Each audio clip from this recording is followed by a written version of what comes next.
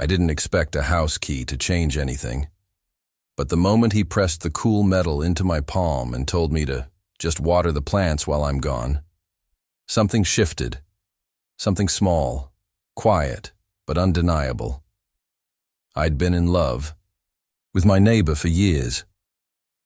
Not the kind of love that shouts itself into the world, but the kind that slips into your chest like fog and never really leaves. I'm 24. He's 40, and I don't think he has any idea. His name is Marcus. Divorced, bearded, eyes like old trees, soft and unreadable. The kind of man who wears cologne like a second skin and always smells like cedar and cinnamon. His house is a few steps across the yard from mine, just past the fence I used to climb as a kid when my soccer ball rolled into his garden. Back then he was just Mr. Walker, the quiet guy with tattoos and a gruff voice who never missed garbage day and once built a birdhouse by hand. Now he's Marcus, my neighbor, my friend. The man who trusts me with his house while he's off for a quick weekend trip, except plans changed. The morning after he left, a text popped up on my phone. Plans shifted, trip canceled, be home later, feel free to come by anyway, have some leftover lasagna.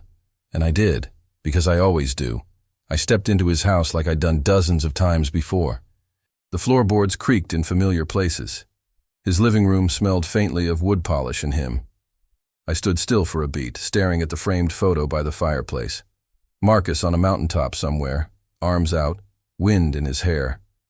He looked younger then, freer. I always pause at that photo. I don't know why. I told myself I was just there for the plants. The fiddle leaf fig near the window had dust on its leaves. The peace lily drooped slightly. I sprayed them gently, careful not to overwater, acting like every second I spent in his house didn't feel like something sacred, like walking through someone's memories. That's when the door opened behind me. Didn't expect you this early, he said. I turned too quickly, nearly knocking over the spray bottle. Marcus stood in the doorway, wind-blown and casual, black t-shirt stretched over his chest, jeans slightly frayed at the hem. He carried the same canvas bag he always took to the gym, slung over one shoulder like it weighed nothing. I thought. You weren't back until later, I said, heart skipping. Trip got boring, he said with a shrug. Figured I'd rather be home. He walked past me, brushing my shoulder lightly, barely, but I felt it. I always felt it. My skin remembered the touch even after he disappeared into the kitchen, calling back, "Still want lasagna?" I nodded, even though he couldn't see me. Sure. It was moments like this, small, normal, meaningless to anyone else, that dug under my skin. The way he moved around his house like I belonged there. The way he handed me a plate of food like we'd done this every night. The way he laughed at my dumb stories, eyes crinkling at the corners, without knowing how much. I clung to those seconds. We ate at his dining table, sunlight slipping across the wood in long golden streaks. He asked about work. I asked about his canceled trip. He said it was nothing worth staying for. I wanted to ask what he meant by that, but didn't. Instead, I watched the way his hand wrapped around his glass, the veins on his forearm catching the light. I listened to the low timbre of his voice, and I smiled like I wasn't unraveling quietly across the table. Later, when he leaned back in his chair and stretched, a soft grunt escaping his throat, he glanced at me and said, "Hey, I've got something that needs fixing in the guest room. You still good with tools?" I nodded, too quickly. He grinned. "Didn't think you'd say no. You always liked helping with stuff." He stood. "Come on, it's nothing big." But it felt big, because being alone with Marcus, in a room that wasn't filled with food or excuses, meant more time, more tension, more of me pretending I wasn't aching for him to notice. I followed him down the hall, every step feeling like a fuse being lit. And I realized something was shifting again. But this time, it wasn't just a key. Marcus wasn't just my neighbor. He'd become part of the rhythm of my life, like morning coffee or the way sunlight fell across my bedroom wall. It happened slowly, first through borrowed tools and yard work, then shared beers on a Friday night, and eventually lazy Sunday mornings where we'd sit on his porch, legs stretched out, trading stories like we had all the time in the world. I think the shift started 2 years ago, when my car wouldn't start and he found me kicking the tire like it had personally betrayed me. "Want help or just venting?" he asked from across the fence. "Little of both," I muttered, and he smirked. He had jumper cables, of course. He always had what people needed before they asked. That was Marcus. Always prepared, always calm. He got my engine running again in less than 10 minutes and then offered me coffee like it was part of the service. From there, it became a pattern. Me needing something, him helping. But eventually, the reasons faded. I'd show up just because, and he never seemed to mind. There was comfort in his presence. He wasn't loud or overly curious. He let silences exist without trying to fill them. He never asked why I didn't date much, or why I hesitated before saying things. And I never asked why he spent most holidays alone, or why he always looked out the window right before bed like he was waiting for something. Tonight, as we stepped into the guest room, it hit me again. How at home I felt in his space. The room smelled like old pine and linen. A stack of boxes sat in the corner, and a lamp flickered slightly as he flicked it on. "Closet door's stuck again," Marcus said, moving toward it. "You fixed it last time, remember?" I did. That was the first time he handed me a screwdriver and said, "I trust you." It was a simple thing, but my chest had ached in a way I didn't want to explain. He stepped aside and let me crouch down to inspect the warped hinge.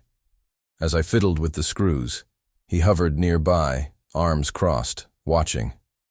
"You always look so serious when you're working," he said.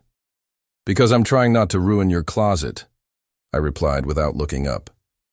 "You've never ruined anything in my house," he said, then added after a pause, "except maybe that time you put the plates in upside down." I snorted. "That's not a real offense," says the man, who washes his coffee mug twice because once feels too fast. I turned to glare at him, and he was smiling, just a little. That half smile he used when he was teasing but also watching, like he was testing how far he could go.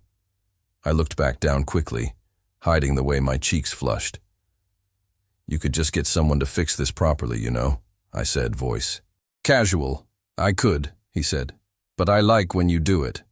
The air tightened a little between us, or maybe that was just me. Eventually I stood and wiped my hands on my jeans. "Should be fine now." "Try it." He did. The door swung open easily. "Look." "At that," he said, glancing at me, "my favorite handyman." "I'll put it on my resume," I muttered, and he laughed, a low, warm sound that made my stomach flutter. "Hey, actually," he said suddenly, "you still up for the hike this weekend?" I blinked. "You remembered that?" "Of course." "You said you needed a break from work. I figured we could go up to Ravens Point. Got a cabin up there. Nothing fancy, but it's quiet. Just us, in the woods, overnight." "Yeah," I said, trying to keep my voice steady. "Yeah, I'd like that." "Cool. I'll grab the sleeping bags from the attic tomorrow." And that's when the complication began. Saturday came fast. We drove up to the mountains in his old truck, windows down, air crisp with pine. The drive was quiet, in a comfortable way, with him occasionally tapping the steering wheel to the beat of the classic rock humming from the radio. When we reached the cabin, small, wood-paneled, nestled between trees, I took in the view. The valley below glowed under the fading sun, and birds chattered from unseen branches. "Beautiful, right?" Marcus asked, unlocking the front door. I nodded, unsure if he meant the view or the silence, or maybe even the fact that we were alone up here. Inside, the cabin was cozy, one open space with a fireplace, a small kitchenette, and a single bed pushed up against the wall. I froze. "Wait, one bed?" Marcus rubbed the back of his neck. "Yeah, meant to pack the second sleeping bag from the attic. Only grabbed one." My heart skipped. We can share, if it's not weird. He shrugged. Not weird unless you make it. Weird. His words were light, but he wouldn't meet my eyes. I laughed softly, trying to hide the heat rising up my neck. Guess I'll try to be a good blanket. As we settled in later, the fire crackling low, we sat on the cabin floor drinking hot tea from mismatched mugs. I watched the way the flames played across his face, the lines by his mouth, the shadow of his stubble, the tired softness in his eyes. There was a moment where our hands touched as I passed him the thermos, and neither of us moved right away. "You're quiet tonight," he said, voice low. "Just thinking." About? I hesitated. How strange it is, being here. How it feels different. But good. He didn't respond immediately. Then, softly, "Yeah, it does." I looked at him, and he looked back, longer than usual, like he was searching for something behind my eyes, something unspoken pressed at the edges of my chest, but I swallowed it down, for now. It was sometime past midnight when I woke up, blanket half off, legs tangled in the sleeping bag, Marcus's breath warm and steady against the back of my neck. We'd gone to bed side by side, both facing the wall, our bodies separated by a polite sliver of space. Now, that space was gone. Somewhere in the night, we'd shifted, or I had, or maybe he had. I couldn't tell. All I knew was that his arm had somehow draped over my waist, and I could feel the weight of it, solid and warm and comforting. Too comforting. I held still, not daring to move, not because I didn't want to, but because I was terrified that if I did, the moment would break, and I wasn't ready for that. His thumb brushed lightly over the fabric of my shirt, absently, unconsciously. I wasn't even sure he was awake. Was he dreaming? Did he think I was someone else? No, don't go there. The room was dark except for the glow of the dying fire, casting flickering shadows across the cabin walls. The silence wrapped around us like the forest itself was holding its breath. It felt sacred, dangerous, like a precipice. I'd been dancing near for too long. I stared into the darkness and tried to steady my thoughts. But they spiraled. What if he felt the same? What if he didn't? What if this ruined everything? But gods, it felt good. His arm, his presence. The way he always made the air feel a little easier to breathe. A branch creaked outside. A log shifted in the fireplace. Marcus exhaled deeply and pulled me closer. Not hard, just enough that our bodies aligned, my back against his chest. His hand settling against my stomach. I shut my eyes tight. Don't read into it, I warned myself. He's probably half asleep. It's cold, that's all. But it wasn't cold, not really. And I wasn't asleep. Morning brought no clarity, just more confusion. Marcus was already up when I opened my eyes, busying himself near the kitchenette, humming under his breath as if the night hadn't happened at all. "Coffee?" he asked without turning around. "Sure," I said, sitting up slowly. He poured 2 mugs, handed me one, then sat beside me on the edge of the bed. His leg brushed mine as he shifted to get comfortable, and neither of us moved away. "How'd you sleep?" he asked, eyes still on his cup. "Fine," I lied. "You?" He nodded. Didn't even notice the cold. That sleeping bag's magic. I studied him, searching for some flicker of recognition. A glance, a smirk, something. But he just sipped his coffee. If he remembered holding me, he wasn't saying. We spent the day hiking the ridge trail above the cabin. The view was stunning. Layers of hills rolled out like waves beneath a wide blue sky, but my thoughts never really left that sleeping bag. Every brush of his hand against mine as we passed narrow trails. Every time he steadied me on a steep incline. It all left echoes I couldn't ignore. I caught myself watching him too often. His shoulders under the weight of the pack, the way he pushed hair from his forehead. How he smiled when he spotted deer in the distance. It was all ordinary, but it wasn't. "Hey," he said after a long silence. "You good?" "Yeah," I answered too quickly. "Just tired." He gave me a long look, the kind that felt like he wanted to say something but didn't know how. That night, it rained. Not a dramatic thunderstorm, just a soft, steady drizzle that tapped against the cabin roof like a heartbeat. We stayed inside, playing cards by the fire, legs pressed together as we sat on the floor. He dealt the final hand, eyes flicking up to meet mine. "You're terrible at bluffing. You're cheating." "I don't have to cheat. You bite your lip when you lie." I froze. He smiled. "Like that." Heat crawled up my neck. "That's not true." "It is."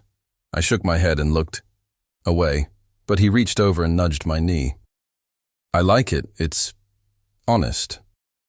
There it was again, that quiet closeness.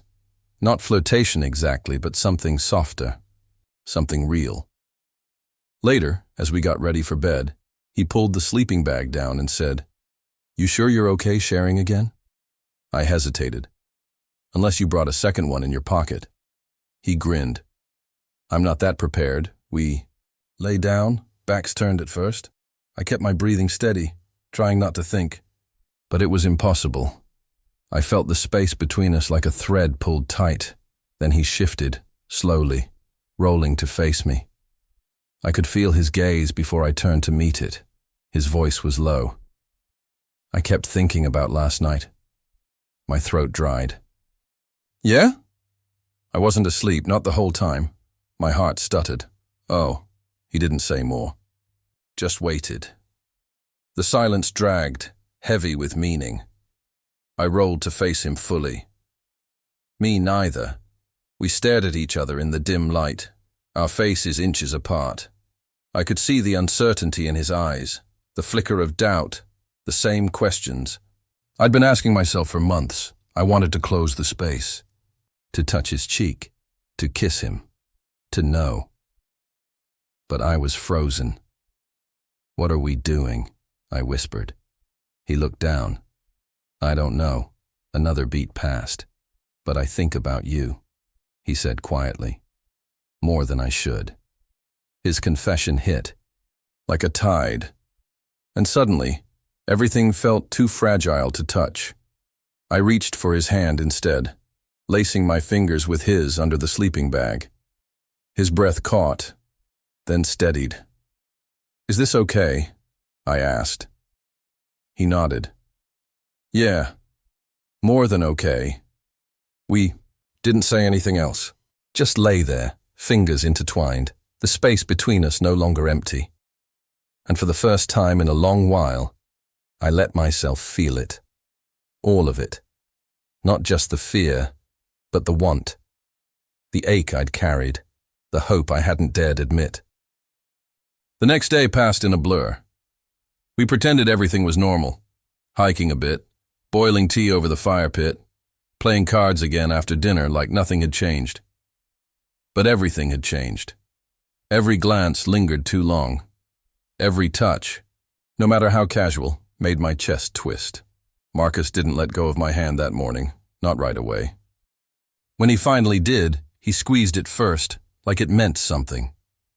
But then he turned away, said he needed to chop more wood, and spent the next half hour outside, not looking at me once through the window. By evening, the air between us felt thick, like fog with weight. We were both quieter than usual. Not cold, just cautious, like neither of us wanted to make the next move, afraid of what might fall apart if we did. "Should we do another round of cards?" I asked, already knowing the answer before I said it. Marcus looked at me from across the small cabin. "You can't handle another loss." "Maybe I'm improving." "You're not." I smiled, despite the lump in my throat. "Then maybe I just want to spend time with you." That made him pause. His eyes stayed on mine a moment too long, unreadable. Then he looked down and started shuffling the deck. "You always could guilt-trip me." We sat on the floor like we had the night before, but this time we were quieter. The only sound the soft slap of cards and the fire crackling nearby. The tension had built to something unbearable, so thick I could feel it behind my ribs. My skin buzzed every time his knee brushed mine. My stomach tightened every time he laughed, even softly. I couldn't take much more of this. Halfway through the game, I put my cards down. Marcus. He glanced up. I took a breath and said it. Finally. I can't keep pretending this is nothing. His body stilled. His fingers tightened around the cards. I pushed forward, the words shaky but certain. Last night, when you held me, I didn't want it to stop. I've been trying to ignore it, but I think about you all the time. Not just like a friend. The silence that followed was suffocating. I could hear the rush of blood in my ears. Didn't move, didn't speak, just stared at the space between us like he was trying to make sense of a language he'd never learned. I'm not saying this to mess things up, I added quickly. I needed to say it. Even if you don't feel the same. His voice was quiet. I never said I didn't. My breath caught. Marcus set his cards down. His hands trembled, barely noticeable, but I saw it. And I realized for the first time that maybe he wasn't calm. Maybe he wasn't unaffected. Maybe he was scared too. I've never done this before, he said, eyes still down. Not like this. Not with a guy. The word hung in the air like something fragile. I thought I was straight, he went on, voice a little unsteady. Hell, maybe I still am. I don't know. But the way I feel around you, it's different. It's not something I can just shrug off. I stared at him, heart pounding. He looked up. When you're not around, I miss you. And when you are, I'm always aware of it. Every second. The way you smile.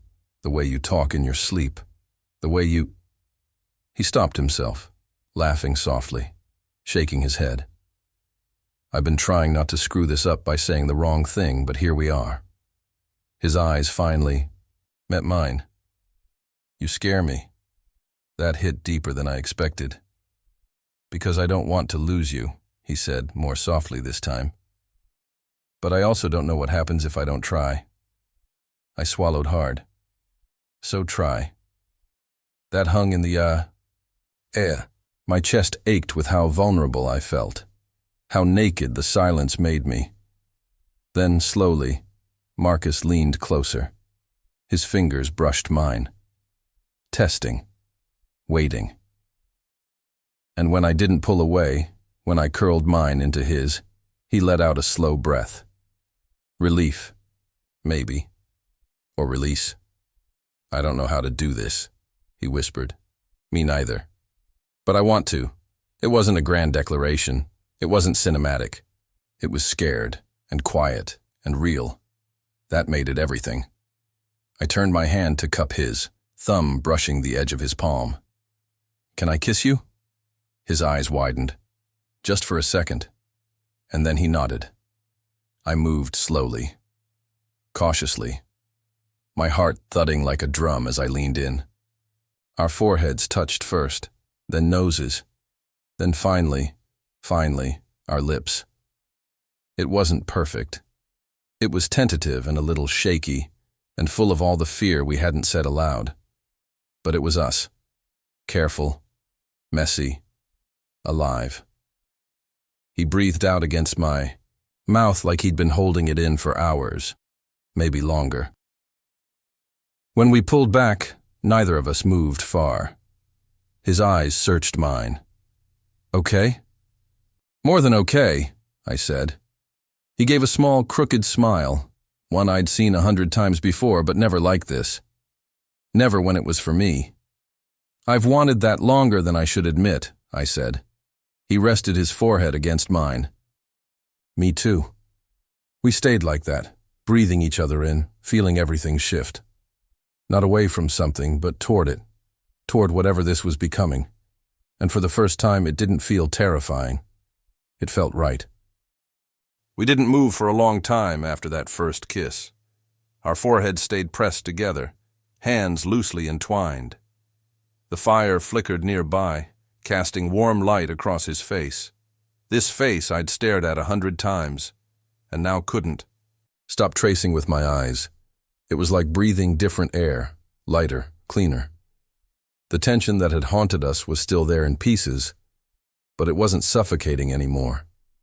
Now it was just raw possibility.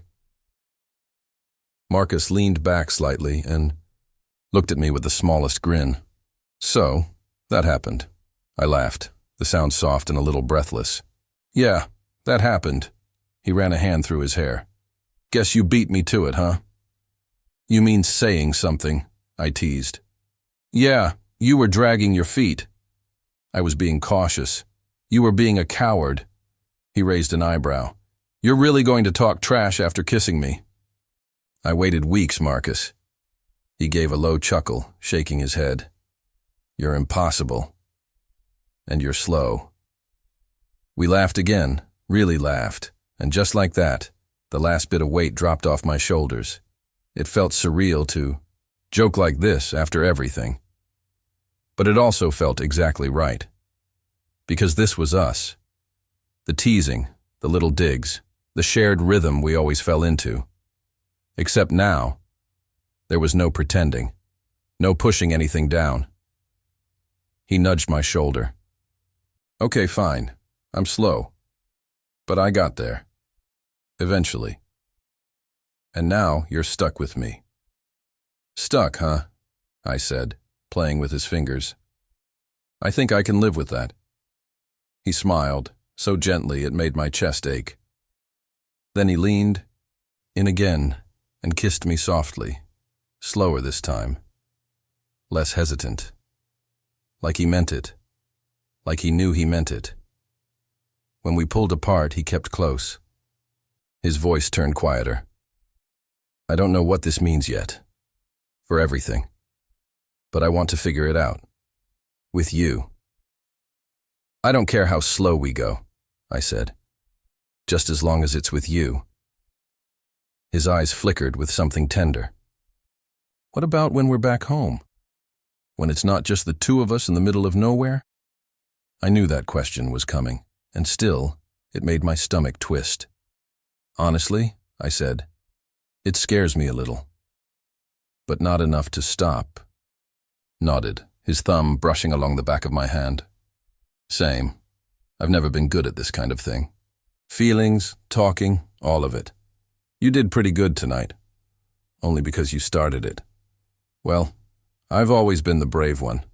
Marcus laughed, shaking his head. God, you're never going to let me live that down, are you? Not a chance. That earned me a playful shove, but then he pulled me closer again. His arms wrapped around me this time, his body warm and solid and familiar in a way that made me melt.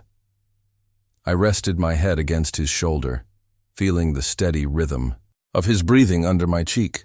Can I tell you something stupid? He said. Always. I kept making up excuses to come out on the porch whenever you were getting home. I smiled into his shirt. You mean all those random stretches and fake phone calls? You noticed? You literally pretended to. Check the mail 3 times in one afternoon, he groaned. Busted.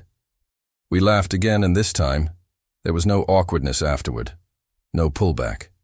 Just that soft kind of joy that comes when something that once felt impossible suddenly feels true.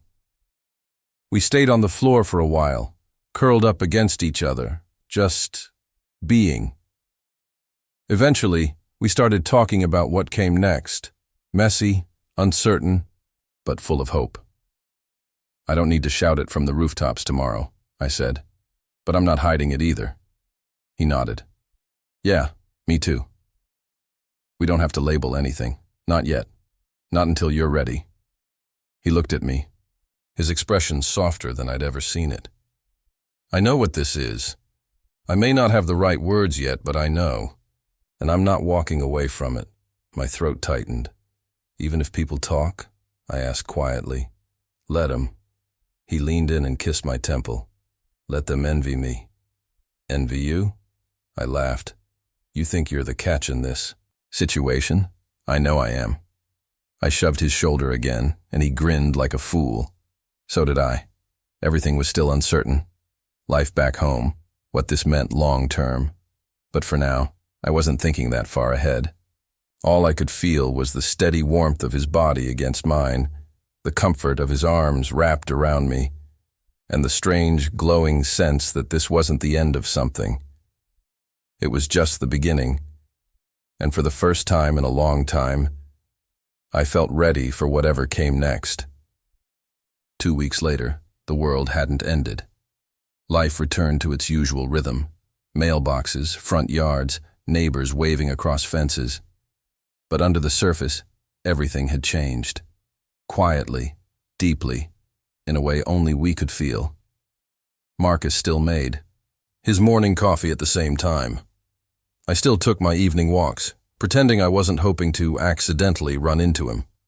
Except now, when it happened, there was no pretending, no distance, no more stolen glances we'd look away from too quickly.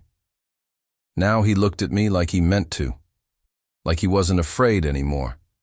I remember the first time he did it after we came back. Really looked at me in front of someone else. We were out in his driveway fixing the old latch on his garage door. Mr. Halstead from down the block came by, started chatting like usual, and Marcus didn't flinch. When I handed him the screwdriver, his fingers brushed mine and lingered just a little longer than they had to. His eyes met mine for a beat longer than casual. And that was it. It wasn't fireworks or declarations or anything loud. It was subtle. Honest, it was Marcus. We took it slow after that night at the cabin. Not because we didn't want more. God, some days it was all I wanted. But because it meant something. And that meant we couldn't rush it. Still, there were new pieces in our routine now. Like how he started texting me good morning. Always simple. Coffee's on. Or, don't forget your keys. But I knew what he meant. Or the way he'd sit on his porch after work, waiting for me to come by. We'd sit side by side in the quiet, the silence filled with things we didn't need to say out loud. Sometimes he'd touch my knee. Sometimes I'd reach for his hand. And sometimes we just sat there, letting the soft sound of crickets wrap around us like a promise. Tonight was one of those nights. I sat next to him on his porch, the sky dusky and streaked with violet. He was in one of his faded t-shirts again, one I secretly loved because it smelled like him even hours after he took it off. We sipped our drinks, not saying much. You ever think about what people would say? He asked eventually, eyes on the horizon. All the time, I said honestly. He nodded. And you're still here? Yeah, I said, because it's worth it. He turned to me, something tender and searching in his eyes. Even if it gets hard? I reached out and placed my hand over his, especially then. He let out a slow breath, then leaned his head back with a small crooked smile. You make it really hard to keep pretending I don't care as much as I do. That's kind of the goal, I grinned. He turned toward me fully, one leg bent, on the seat, his shoulder resting against mine. You know I'm not perfect, right? I've made a mess of a lot of things. I don't need perfect, I said. I just need you. He looked at me for a long moment, like he was trying to see right through to my soul. I want this, he said quietly. Even if I don't always know how to say it right. You're saying it right now. His hand shifted beneath mine, fingers lacing together with mine. A simple gesture, no drama, no hesitation, but it grounded something inside me, like an anchor, finally dropped in place. We sat there like that, hands held between us, letting the night grow deeper around us. A car drove by. Somewhere down the street, someone watered their lawn. The world didn't stop. It just kept moving. But it moved differently now. We weren't hiding anymore. Later, When the air turned cooler and he went inside to grab a blanket, I followed him without thinking. We ended up sitting on his couch, the same spot we'd spent years pretending not to notice each other's knees brushing. This time I leaned my head against his shoulder. He didn't move, just pulled the blanket over us both and rested his cheek on top of my hair. "You staying over?" he murmured. I smiled, closing my eyes. "Yeah." A pause. Then, "You know, the key's still under the flower pot." I looked up at him. "That your way of saying I can come by any time?" "That's my way of saying you already do." We both laughed, and then he kissed me, light, slow, like a rhythm he was learning and choosing to never forget.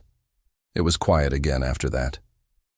Just the hum of the fridge, the steady tick of the old wall clock, and the warmth of his chest rising and falling beneath my cheek. I didn't know what the next week or month would look like, whether people would talk, whether old fears would creep back in. But I knew this. He wanted to try. And so did I. That night, as we dozed off side by side on his couch, our fingers still intertwined under the blanket, I let the future unfold in. My mind, not a perfect picture, just fragments. A shared Sunday morning. A porch light left on for me. A joke we'd still laugh at in 10 years. And above it all, his voice, low, sure, saying my name like it was home. Yeah, this was just the beginning, and for once, that beginning felt exactly right.